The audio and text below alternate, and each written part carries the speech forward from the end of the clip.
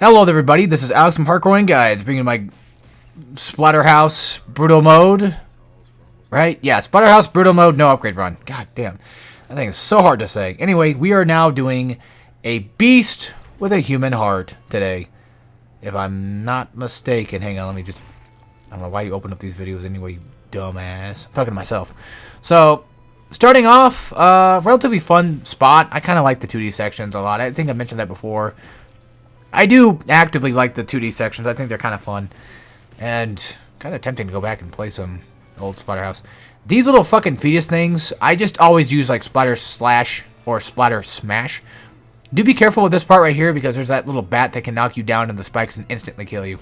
But those fetus things are really annoying because on no upgrade run, you don't do enough damage to really get through them fast enough as I wish you could. So you kind of have to use... At this point, I'm using my splatter moves to you know, get rid of them, of course. So, hold on, checking something real quick. Okay, there we go. Okay, I was just checking my earphones to make sure that, you know, I could actually hear some of this going on. Probably should have cut this out, but nah, it's okay. It's not that big of an elevator ride anyway. So yeah, I want to clear some things for those that might have watched the last episode. I do apologize for being relatively out of it sounding, or at least not that enthused as I am now. And it's mainly because I just don't like that chapter. I think it's kind of just fucking annoying. And then on top of that, I recorded it once beforehand for commentary, and then I just get to see it again, and it's like, granted, the thing is, I could have easily kept the original commentary for it, and just said, screw it, you know, you guys are not going to hear the very ending of my commentary. Whatever, you know, screw you guys. You guys are not going to get to hear the full commentary. Although some people out there have always kind of said that, you know, my commentary sucks, but it is what it is. I've had a long time ago, and I think it might have actually been Splatterhouse, where I got told that my intro was too long, and on top of that, my commentary was not that great. Or just the fact that it even had commentary anyway was just not good. So it's like, okay. Then turn off the video sound. I don't know, shit. I kind of pride myself on being a little bit okay at commentary.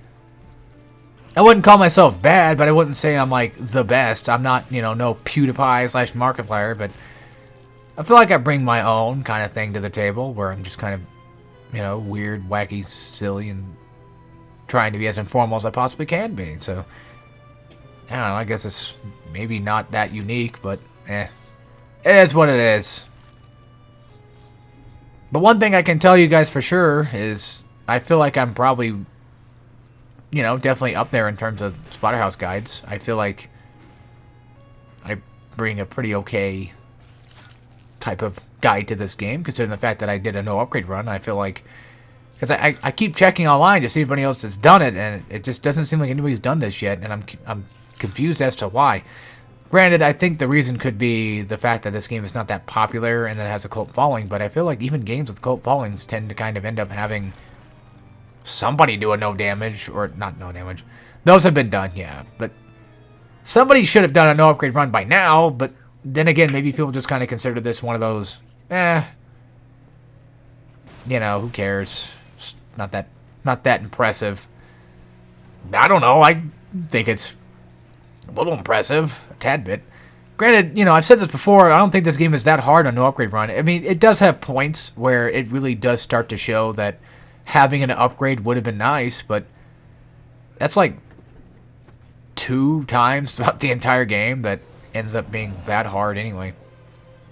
Because you can really get through most of this game with just your splatter abilities on top of just having regular, you know, basic, simple moveset. Which is impressive, but that doesn't make the game hard. I don't know. But I still enjoy Splatterhouse for what it is. And I know there are people out there that tend to kind of just enjoy Splatterhouse regardless of what I'm doing with Splatterhouse. People tend to really kind of like this game, and I still kind of hold it in high regards. Now, do I like going back and watching my old videos of me playing the game that much? Not necessarily. Not as much as I would like God of War, for example, or something like that. Because, you know, Splatterhouse doesn't really have, like, the most fanciest of combo systems or anything like that. It just kind of just is efficient and gets the job done. There are times, especially in the earlier on levels, where it's actually a lot more enjoyable for me personally to watch it again. But I feel like that's kind of going to start to go away because these next few levels are really going to be kind of a pain in the ass to get through and to watch. I've already beaten the game, but, you know, I'm just saying, for my own sake, having to see me go through the same labyrinths over and over again kind of sucks. Now, granted, when I was playing the game, it was a different story because, you know, coming back to play this game again was great. And even the parts that I just really despise ended up being kind of okay. Although Scream Park can fucking suck my dick, but that's... yeah, that's always going to be just a pain in the ass. Surprisingly enough, The Wicker Bride, I could have sworn was way bigger than what it was. Or was it Bloody Clips? Yeah, I could have sworn that Bloody Clips was way bigger than it used to be, but I guess not. And now that I'm looking at my older videos, like, holy crap, like, 15 minutes for the Corpse That Wouldn't Die guide. And it's probably because I probably had, you know, running with upgrades. So. Or, you know, running on no upgrades. And this one. Hold on. Give me a sec. I'm trying to think of a joke. That's what I'm trying to do right now. Is I'm trying to prepare a joke, but it's not coming to my brain. Hello, everyone. This is Running on No Upgrades Splatterhouse Review. I don't know. There you go. What if Review Bra started reviewing like video games and stuff, and he just said, "Yeah, I really liked Splatterhouse. A bit bloody, a bit gory." Solid 8 out of 10, you know. It's got some weird jank to it, but other than that, solid 8 out of 10 game. I'd be like, yeah, he's right. I don't disagree with that. Maybe a 7 out of 10. I feel like this is the type of game that definitely is like anywhere from 6 to 8. It definitely feels like it fits that general above average game for me personally. I still love it, of course I do. I'm just being, you know, I'm just trying to be as objective as I possibly can be, because, like, let's look at it this way. Like, this game has some great moments and has some good stuff to it, but not everyone's going to enjoy it. You know, not everyone's going to like the metal. Not everyone's going to like the blood. Not everyone's going to like the gore. Not everyone's going to like the, you know, the comedy of it. And not everyone's going to like the sometimes strange Jake. And it really doesn't happen as often as people probably might think it does. I haven't really looked online to see if people say that or not. I'm just saying that I feel like that's a thing that if I notice it, then I'm sure a lot of other people would probably notice. And yeah, you know, well, I mean, I have seen people talk about how buggy it is. I'm just talking from my own point of view about jank, like specific jank. Like, I've not really seen people talk about specifics. It's just more so that things that I've noticed. And I would assume most of it may just be because of my copy being old as shit, but I don't know. I think the game's just that way. I know I tend to bring it up in every video, but it is true. This game does have very small amounts of just weird things that tend to happen. But we appreciate those here on Hardcore, and we don't really care. As long as the game gets to play well and we get to beat it, then let it be. Let it be jank, you know? I mean, no harm, no foul. If it doesn't stop my progress, I don't really care. That's how I kind of see it, personally speaking. So yeah, this little area here actually reminds me more so about Wolverine. X-Men Origins Wolverine. There's like a specific level. I think it's like the first level when you're in the jungle. And then there's these areas, I think, with like spikes on them or something. And I don't remember if you can put people on spikes in that game. I think you can. It's been a hot minute since I played that. I mean, granted, I don't have to do a guide of it right now. I could just play the damn thing. It's not like it's gonna kill me if I didn't. Or if I did, you know. And having that fresh play, I guess you could say, coming back to it would be nice. Granted, with God of War, I don't need shit. God of War is one of those types of games. Mainly, anything from 4 and below. Anything, like, 4 is one thing. I'm talking about, like, everything below 4. I don't need training again. I don't need to go back through the ropes again to kind of get back into God of War. That's not me trying to, like, you know, boast or anything. I'm just saying that, generally speaking, when it comes to God of War, I fancy myself on having relatively no need to, remember how to play the game that well. Because I feel like God of War is so ingrained in my brain. Now, granted, Ascension might be a different case. Ascension's a little bit weird. But for the most part, I would argue that, Chains of Olympus, I've got that in the bag. I've played that game so many times that it's... that a God mode run is just nothing. And for those that are curious, in my opinion, I think Chains of Olympus is probably the easiest God mode out of all the God modes I've ever played. It's the easiest, hardest difficulty out of all the God of Wars. And the one I would say is the hardest right now would probably be Give Me God of War to an extent. But if we're talking about anything below God of War 4, if we're not counting those, if we're not counting like Neo God of War, I would have to say probably still God of War 2 actually might take the cake for still being kind of hard. God of War 3 for a while, but I'm kind of going back on that just a tad. I feel like God of War 3 has a lot of moments that are very, very bad when it comes to difficulty. Not that it's bad in the sense of like, it's a terrible game. I'm talking about it's bad in terms of like, my God, does it really kick your ass in a few spots. Cerberus comes to mind. The Cerberus fight inside the trials, like near Minos. That part comes to mind of being relatively just ridiculous and aggressive and painful. But I'll be able to get through it, I'm sure. Remember that one taking me a while back when I was younger. I'm just struggling with that specific part. Also, speaking of struggle, this part right here in Splatterhouse, this very level right here, where you have to protect these chains and stuff. My God, this is... I kind of forgot about this, but I would say this is a pretty damn intense place to be at, especially on no upgrade. Even with upgrades, even with a normal playthrough, I would still qualify this as pretty damn tough, pretty damn hard for a spot, and throughout the entire game. Mainly because, like, now you're not only just needing to protect your own ass, now you have to protect someone else's ass. So then you have to worry about other bullshit that, could get easily destroyed. Now, granted, if they blow up one of them, then who cares? If they blow up one of them, then that saves you the trouble for having to deal with the other one. There might be people out there that are, of wanting to be a super perfectionist about this and tell me that, since I didn't do it properly, or, that if you're doing a no damage run, that if that gets hit, then that counts. And it's like, that's for you guys to figure out. That's not me. I am a perfectionist to a point, but I have my limits. There are times where I just say, fuck it, I got it done. It works, I don't care anymore. It's finished, we're done, we're out. Whatever, but there are times where I do feel that if I'm not adequate enough, I do restart checkpoint, I try it again.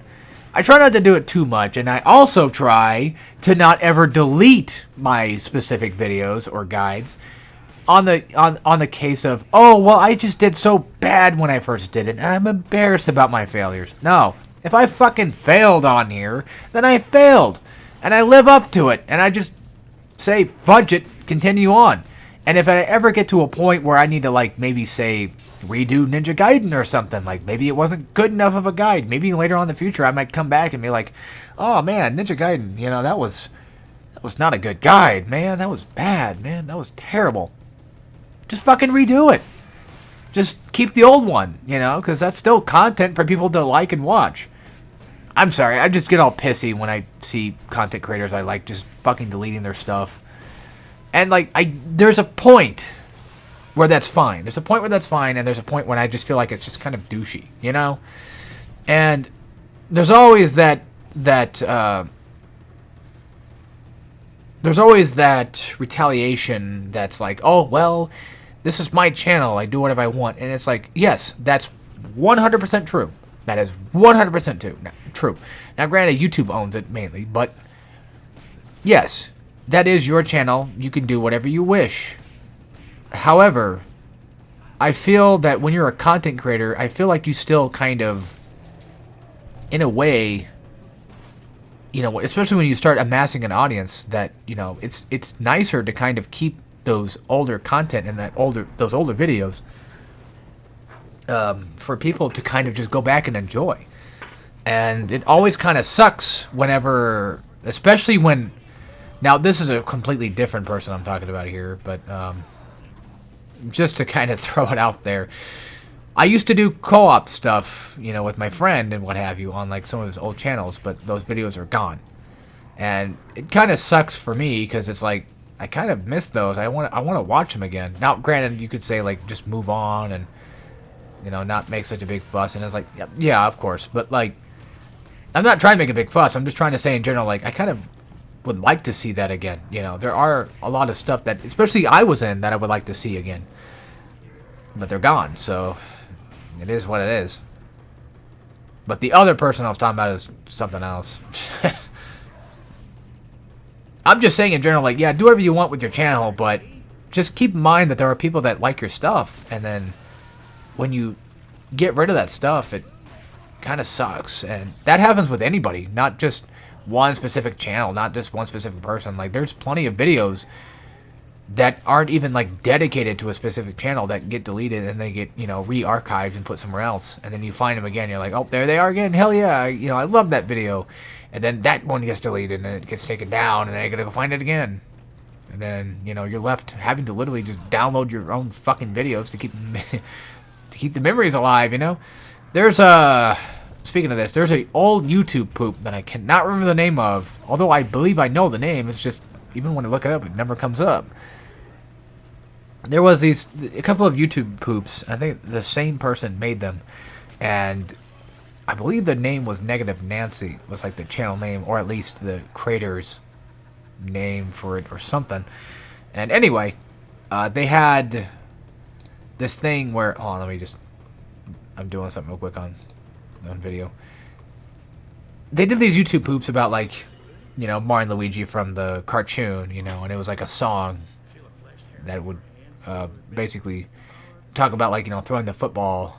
You know, it's not official weight, it's got official size. Look what I made. It's a stone Luigi. Yeah, that's what it was. It's like a very specific song, you know, and that's gone. And then there's also, which pisses me off, because I used to love that one a lot. And then there's also the other one with, like, you know, the Scooby-Doo parody, which I think also said, you know, Negative Nancy was in the beginning of that video. And then it was just a funny little Scooby-Doo YouTube poop. And that's gone too, and it sucks. It makes me upset. Alright, anyway, enough about YouTube poops. Let's talk about this fight that was just incredibly ridiculous to get through. This one didn't take too long, but it was just annoying to kind of figure out. So, Experiment 765, or whatever the fuck it's called, has some very weird attacks that you kind of have to just understand and get used to and figure out. So, they have one, it has one where it just does like this side swipe with its, you know, right arm, and its left arm is like a slam. And in phase one, in the first phase of this fight, it mostly just uses like its right hand to swipe at you when you get close. So just maybe like try to dodge behind it and hit it from behind. And then now in phase two, it's going to start using its left hand to kind of do more slam attacks.